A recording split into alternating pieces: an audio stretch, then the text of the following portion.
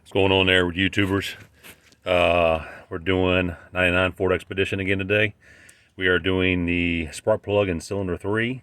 We got the P0303 code when we got the check engine light, and it detected a misfire in cylinder 3. So we are replacing that today. I've already actually gotten started. I've already removed the old plug. I'm just going to show you guys how I did it. I know there's other videos on here about removing that plug. Here's the old plug that I took out.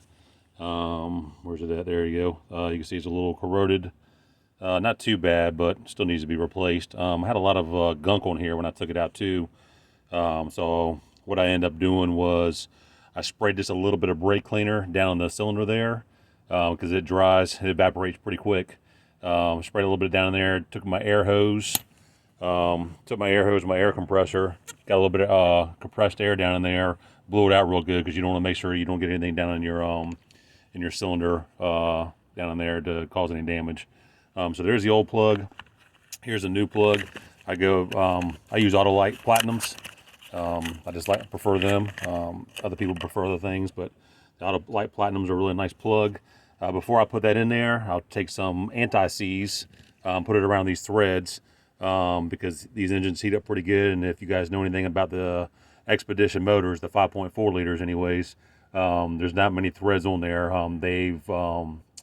They've had a tendency to shoot out of the engine. I'm going to do another video on that later, on a plug that did shoot out, and I replaced it using a time cert. But I'll post that video later on how I did that. But anyways, so put a little bit of anti-seize on the threads here before you put it in there. Make sure you get your gapping right. Your gapping's 0.054, I believe, for this plug. What else? Oh yeah, this is the coil pack. This is the oil coil pack I took out. It's pretty grimy and nasty and dirty. I don't know if you can see that. A little grimy and dirty on the boot there. So I'm not putting a brand new coil pack in there. I actually had an older coil pack that looks a lot better. That nothing was really wrong with it. It's an original coil pack by Motorcraft there. I'm putting that one down in there, and this should work fine.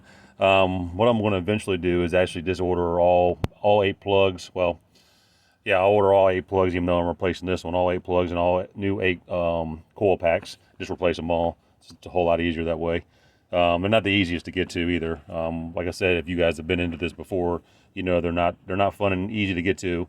At least the 4 in the back aren't. The 4 up front, not too bad, but the 4 in the back by the firewall are a little difficult, especially around the fuel rail there. So, anyways, yeah, getting to this third plug here. So I end up taking this coolant line to the heater core that goes up underneath the firewall there, and you can see it if I can get down in here. Whoop, excuse me. You see, oh gosh, hang on.